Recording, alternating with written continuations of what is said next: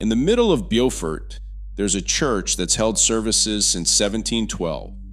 A few years after it opened, war swept through and nearly wiped the town around it off the map. The people came back, rebuilt, and have gathered on that same ground ever since, more than 300 years, through war and storm. Most folks who live in this state have driven right past a place like it and never once known what they were looking at. We're taught that South Carolina history starts with the first shot at Fort Sumter, but by the time that shot was fired, some of the towns on this list had already stood for almost 200 years. Today we're counting down 10 of the oldest towns in South Carolina that are still lived in and still standing. The oldest one is a name you already know, but how far back it really goes is going to surprise you. If you want the South Carolina almost nobody bothers to show you, subscribe, and stick with me. Number 10, Pendleton. Picture a village green ringed by old brick storefronts, up in the green foothills where the evening air finally cools off. Pendleton was laid out in 1790 on land that had been Cherokee country a generation before, along an old trading path that ran up toward the mountains. Scots-Irish veterans of the Revolution settled here first, and then the wealthy rice planters from down on the coast started coming up every summer to escape the heat and the fever. The old district courthouse still stands on that green, home to one of the oldest farming societies in the whole country, and folks still gather around it for the market the way they've done for 200 years.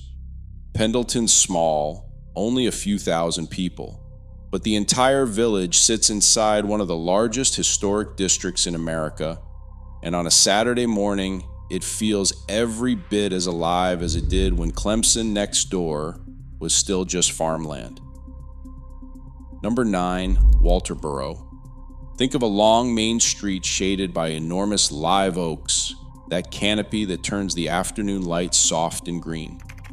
Walterboro started in 1783, when two brothers who grew rice nearby went looking for higher, drier ground to move their families during the sick season when the fevers rose off the low swamps. They built summer houses up on the ridge, raised off the ground to catch the breeze, and a town grew up around them. A good number of those old high houses are still standing on the shaded streets today. People know Walterboro now as the front porch of the Low Country, a town full of antique shops and a working arts center, the gateway to the wild rivers of the Ace Basin. Every fall, the whole county turns out for a rice festival that fills those streets. It's the sort of place you pull off the highway, meaning to stretch your legs, and end up staying an extra hour. Older than the Constitution, and it wears it lightly.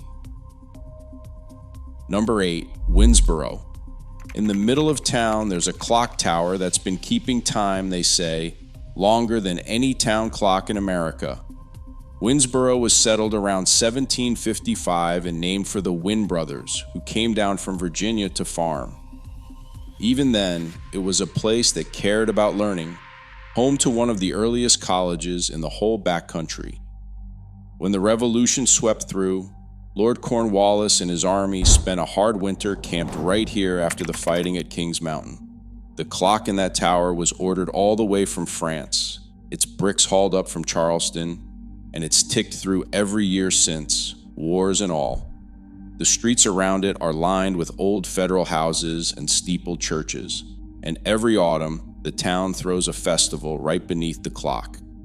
Winnsboro likes to call itself the Charleston of the upcountry, and standing in the shadow of that tower, you understand exactly why. Number 7, Cherall. There's a wide green in the center of town, and an old brick church at the edge of it that was built in 1770, back when George III was still king. Cherall grew up around 1740 as one of the first river trading villages in the whole interior of the colony, when almost nothing existed inland at all. Traders floated their goods down the PD, and one of the earliest English maps of Carolina had this little spot marked on it. That old church survived every war and still stands beside the green. And Cheraw has one more claim to fame because the jazz legend Dizzy Gillespie was born here, and the town honors him every year with a festival on that same green. The oldest state park in South Carolina sits just outside of town. People have called Cheraw the prettiest town in Dixie for a long time, and it's earned it. Number 6, Kingstree. Out on the Black River, the live oaks grow so thick over the streets, they nearly close overhead. Kingstree took its name from a single tall pine that once stood on the riverbank, marked with the king's arrow to reserve it as a mast for the Royal Navy. It was the king's tree, and the name stuck. Around 1732, 40 Scots-Irish families came up that river by boat and raised the first settlement here, poor Protestant farmers out of Ulster looking for a piece of their own land. They'd gathered to worship at a Presbyterian meeting house by 1736, one of the oldest congregations of its kind in the state. One of the houses they built from the 1740s still stands and sits on the historic register today.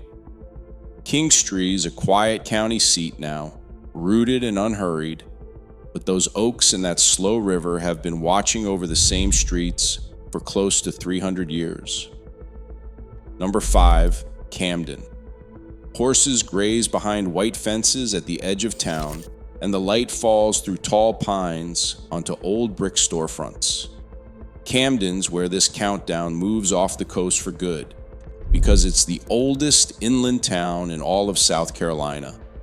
It began around 1732 as one of a string of frontier townships the king ordered laid out along the rivers, up where the land was still wild. A Yorkshire merchant opened a store here.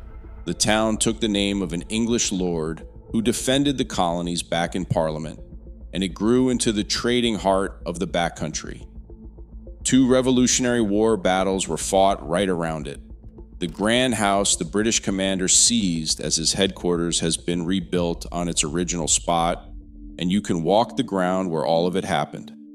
More than 60 of its buildings were standing before the Civil War, and today, Camden is horse country, the steeplechase capital of the state, with oak-lined streets and an old racing crowd that comes back every spring.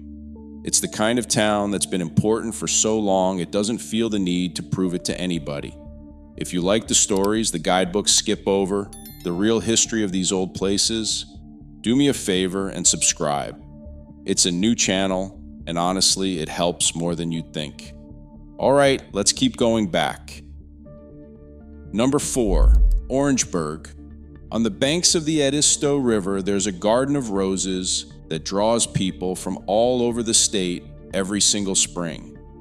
Orangeburg was organized as a township in 1730, and a few years later, a group of German and Swiss families came and settled the land, growing wheat and indigo, and raising the first Lutheran church in the colony. The locals called those early settlers the Switzers, and they turned the riverbanks into some of the richest farmland in the Low Country. Those first settlers are long gone, but the town they started became something they never could have pictured. Orangeburg grew into a center of learning, home to 2 historic universities that educated generations of black students across the South when almost nowhere else would. The roses still bloom along the river every year, and the town that began with a handful of Swiss farmers is still very much alive. Number 3, Georgetown. 5 rivers come together here and empty into one wide bay, and the old waterfront still looks out over the water the way it has for centuries. Georgetown was laid out in 1729, the 3rd oldest town in the state, in a neat grid of streets you can still walk today. It became the beating heart of the colonial rice country, and for a time this one small port shipped more rice than anywhere else in the world. The golden grain they grew, a variety they called Carolina gold, was wanted at tables across the world. That wealth was built on the labor of enslaved people, thousands of them. and the town carries that history honestly. An old brick church from 1747 still holds services near the water. Walk Front Street now, and you pass sea captains' houses, a working harbor, and a row of small museums that tell the whole story. Georgetown's been a river town for almost 300 years, and it still is one. Number 2, Beaufort. Spanish moss hangs off the oaks over the streets, and the light coming off the water in the evening is something people move here just to see. Beaufort was chartered in 1711, the second oldest town in South Carolina, built up around a small fort right on the edge of the British frontier, back when the Spanish were still just down the coast. Its parish church has held services since 1712. That's the church I mentioned at the very start. For a long stretch, this was the southern edge of the entire colony, a frontier outpost that somehow survived war after war and grew into one of the most beautiful towns in the South. Out on the Sea Islands nearby, the Gullah community has kept its own language and its own traditions alive for generations, and one of the first schools in the South for freed slaves still stands among them. Today, its historic district is protected as a national landmark, and Hollywood keeps coming back to film here because so little of it's ever changed. Beaufort's been standing for more than 300 years, and it looks it in the best possible way. Number 1, Charleston. You already knew where this was heading, but it earns the top of the list because Charleston was founded in 1670, a full 106 years before anyone signed the Declaration of Independence. When the first colonists stepped ashore, there was no United States to belong to, nothing even close. They landed first up the Ashley River, then moved down to the point where the two rivers meet, and there they laid out a real planned city, the first of its kind in the colonies. Within 20 years, it was one of the largest towns in all of North America. The old church at the corner of Meeting and Broad has stood since 1752. The walled powder magazine is older still, and the pastel houses along the Battery have watched that harbor for lifetimes. The city cared enough to protect all of it early, passing the first historic preservation law in the country, which is a big part of why so much of it still looks the way it always has. Every other town on this list was frontier and forest, while Charleston was already a city. It was here first, and it's still here now, and there is nothing else in South Carolina quite like it. 10 towns, and every one of them older than the country they sit in. English colonists on the coast, German and Swiss farmers along the rivers, Scots, Irish families in the backcountry, French names scattered all the way through. They came for different reasons and built very different places, and the remarkable thing is just how many of them are still here. These aren't ruins behind a fence. The churches still hold services, the clocks still keep time, the main streets still fill up on a Saturday morning. That's the part that stays with you. If you enjoyed walking through these old towns with me, stick around, because there's a lot more of South Carolina left to uncover, and subscribing is the easiest way not to miss it. I'm glad you spent this time with me, and I'll see you in the next one.